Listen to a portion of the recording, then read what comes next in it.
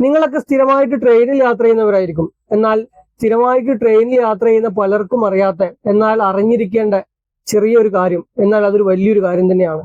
Sleeper class കോച്ചുകളും അതുപോലെ തന്നെ third economy AC കോച്ചുകളും ഇതിലൊക്കെ യാത്ര ചെയ്യുന്ന ആളുകൾക്ക് മിഡിൽ ബെർത്ത് എന്ന് പറഞ്ഞൊരു ഓപ്ഷൻ ഉണ്ട്.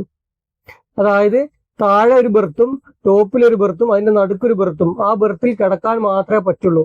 ആ നടുക്ക് കിടക്കുന്ന ഒരാള് കിടക്കാൻ വിചാരിച്ചു കഴിഞ്ഞാൽ താഴെയുള്ള ആളും നിർബന്ധമായിട്ടും കിടക്കേണ്ടി വരും. അവർ താഴെയുള്ള ആൾക്ക് ഇരിക്കാൻ പറ്റില്ല. അപ്പൊ താഴെയുള്ള ആളും നടുക്കുള്ള ആളും ഒരേ സമയം തന്നെ കിടക്കാൻ വിചാരിക്കണം, അല്ലെങ്കിൽ ഒരേ സമയം ഇരിക്കാൻ വിചാരിക്കണം. എന്നാലാണ് ഇത് ഇരിക്കാനും കിടക്കാനും പറ്റുള്ളൂ. എന്നാല് ഇതിലിപ്പോ ഒരാൾക്ക് കിടക്കേണ്ടി വന്നു, ഒരാൾക്ക് ഇരിക്കണം എന്നും പറഞ്ഞു.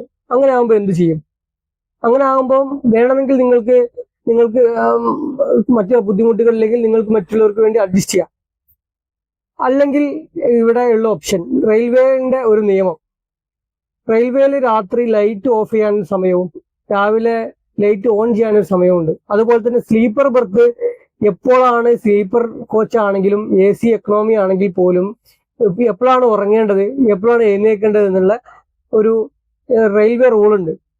അതായത് രാത്രി 10 മണി മുതൽ രാവിലെ 6 മണി വരെ ഉറങ്ങാനുള്ള സമയമാണ്.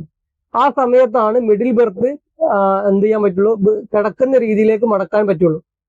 അതുപോലെ തന്നെ രാത്രി 10 മണി മുതൽ രാവിലെ 6 മണി വരെ ലൈറ്റ് ഓഫും ചെയ്യണം. ചില ട്രെയിനിലൊക്കെ യാത്ര ചെയ്യുമ്പോൾ ഇത് ചില ആളുകളൊന്നും ലൈറ്റ് ഓഫ് ചെയ്യൂല, ഉറങ്ങേണ്ട ആളുകൾക്ക് ബുദ്ധിമുട്ടുണ്ടാവും. അതുപോലെ തന്നെ ട്രെയിനിൽ യാത്ര ചെയ്യുമ്പോൾ തന്നെ താഴെയുള്ള ആൾക്ക് ഇരിക്കേണ്ട സമയത്ത് മിഡിൽ ബെർത്തിന്റെ ആൾ പറയും എനിക്ക് കിടക്കണം. അപ്പൊ ഇങ്ങനെയൊക്കെയുള്ള ബുദ്ധിമുട്ടുകളുണ്ട്. ഇതിൽ നിങ്ങൾക്ക് അഡ്ജസ്റ്റ് ചെയ്യാവുന്നിടത്തോളം അഡ്ജസ്റ്റ് ചെയ്യുക. അല്ലാത്തത് ഇതിന്റെ നിയമവശം ഇങ്ങനെയാണ്. ഇതും അറിഞ്ഞിരിക്കുക.